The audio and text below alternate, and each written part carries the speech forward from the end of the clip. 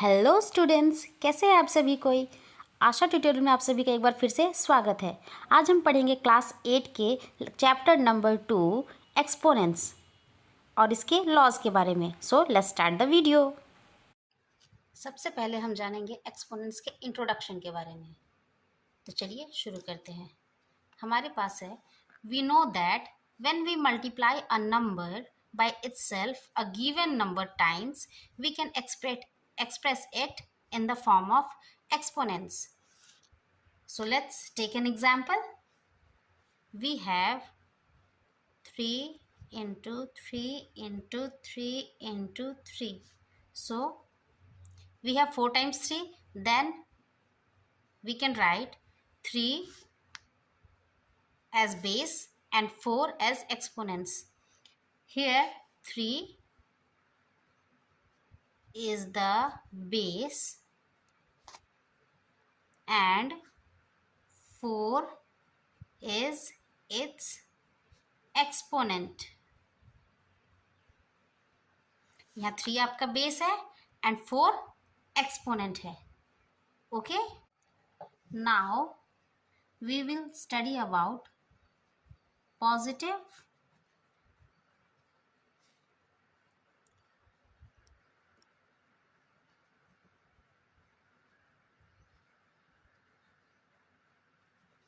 Integral exponent. अब ये positive integral exponent क्या होते हैं, आइए इसके बारे में जानते हैं. If a by b is any rational number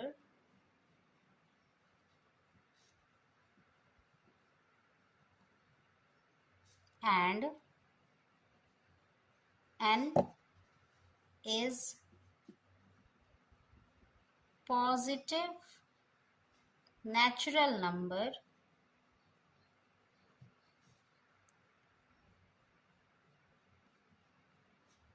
then we can write a by b to the whole power n, a by b into a by b into a by b n times. अगर हमारे पास कोई भी natural exponents हो किसी भी rational number में, a by B हमने यहाँ कंसिडर किया है, a बाई बी एक रैशनल नंबर है और उसमें n नेचुरल नंबर हो, तो हम लोग उसको लिख सकते हैं a by b to the power n. Then we can write a by b into a by b into a by b n times. Let's take an example.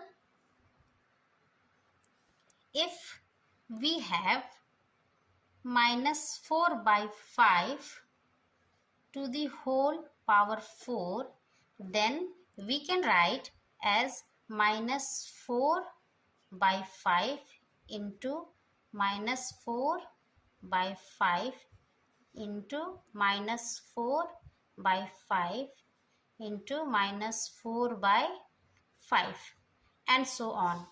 अगर हमारे पास यहाँ पर एक्सपोनेंट्स यहाँ 9 रहे, हम यहाँ पर इसे 9 टाइम्स मल्टीप्लाई कर सकते हैं. ओके, चलिए, उम्मीद है आपको ये पॉजिटिव इंटीग्रल एक्सपोनेंट्स सभी को समझ में आ गए होंगे. अब आते हैं नेक्स्ट टॉपिक में, जो है हमारा negative integral exponents. In negative integral exponents, if p by q is any rational number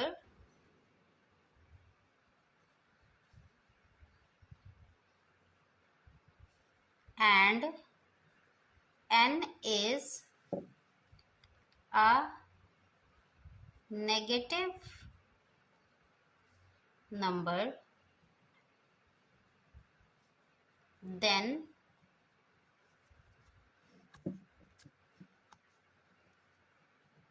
p by q to the whole power minus n we can write as q by p to the whole power n। अगर हमारे पास p by q इसका जो natural number है वो negative में रहे, then हम इसका क्या करेंगे, रेसिप्रोकल कर देंगे। रेसिप्रोकल करने से हो जाएगा, रेसिप्रोकल हमारा डिनोमिनेटर बन जाएगा न्यूमरेटर, एंड न्यूमरेटर बन जाएगा डिनोमिनेटर। और ये जो माइनस एन है, minus n that is natural negative number, minus n हमारा पॉजिटिव में चेंज हो जाएगा। Okay, let's take an example. For example, if we have 5 by 9 to the whole power minus 3, we can write as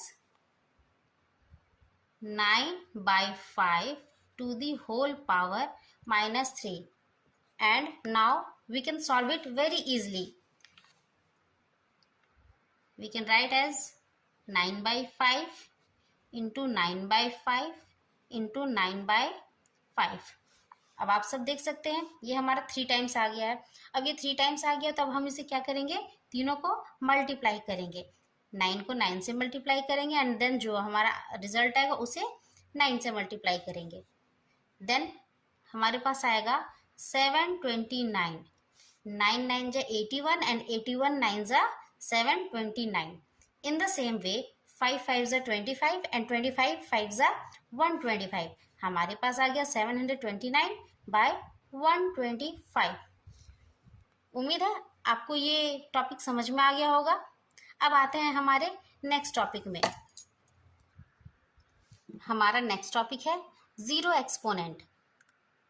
let's study about zero exponent. सबसे पहले हम जानेंगे कि zero exponents होते क्या है। If a by b is any non-zero rational number, then a by b to the whole power 0 is 1। अगर a by b हमारे पास कोई भी नॉन जीरो रैशनल नंबर है, देन a by b का power 0 we can write 1। a by b में कोई भी पावर 0 रहे, रैशनल नंबर में कोई भी पावर 0 रहे, हम लोग उसको 1 लिख सकते हैं। For example a to the power 0 we can write as 1। अगर a का पावर 0 रहे हम लोग इसको 1 लिख सकते हैं।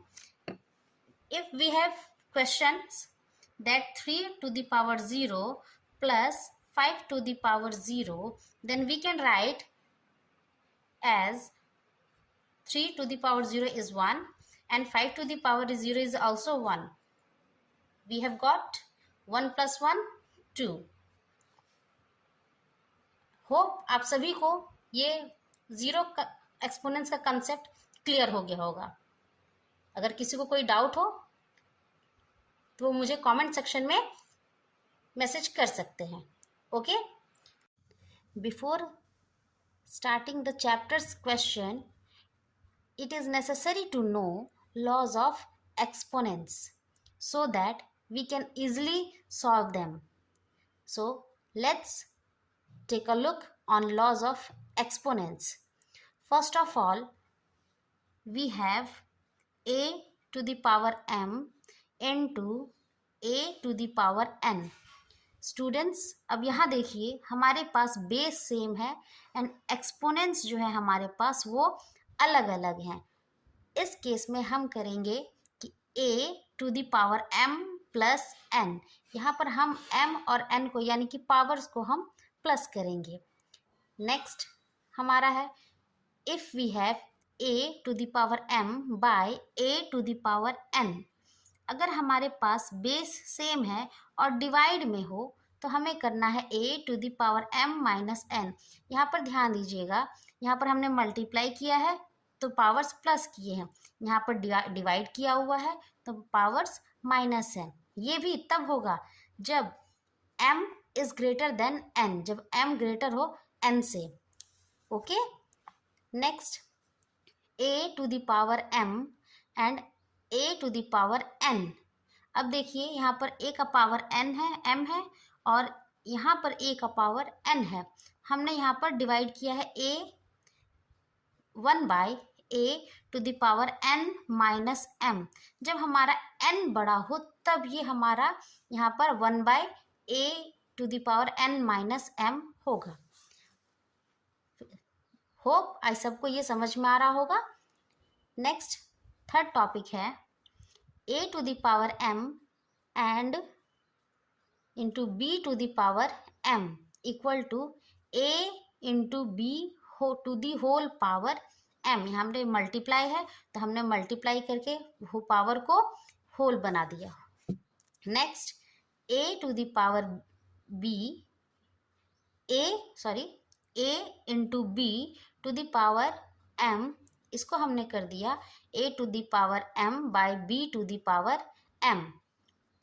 ओके स्टूडेंट्स, होप आप सबको ये अच्छी से समझ में आ रहा होगा।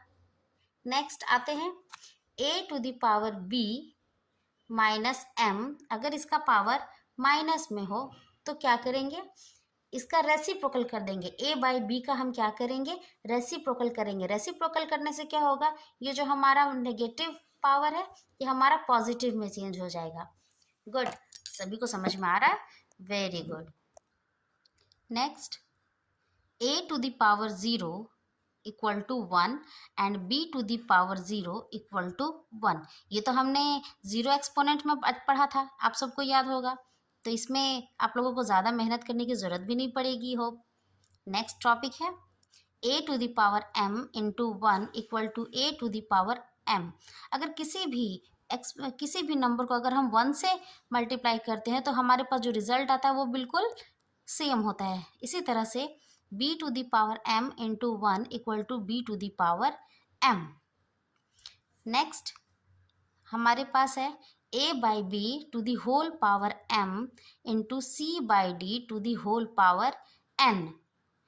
इक्वल टू, हम लोग इसको लिख सकते हैं क्योंकि यहाँ भी हमारा m पावर है, हमारा यहाँ भी m पावर है। जब पावर सेम होता है तो पावर को हम होल बना सकते हैं, दोनों को एक जैसा लिखकर पावर को होल बना सकते हैं। कैसे, a/b इंटू c/d⁴m।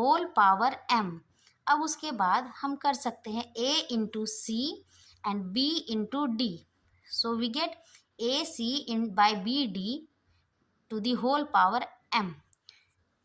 सभी को ये लॉज अच्छे से समझ में आ गए होंगे, उम्मीद है सभी को अच्छे से समझ में आ गए हैं। चलिए मैं आपको ये फिर से दिखा देती हूँ ताकि आप इसका स्क्रीनशॉट ले सकें। ले लिया स्क्रीनशॉट। जब आप चैप्टर के क्वेश्चन सॉल्व करेंगे तो वो आपको बहुत ईजी लगेंगे। मिलते हैं नेक्स्ट वीडियो में। Till then keep learning. Thank you, bye.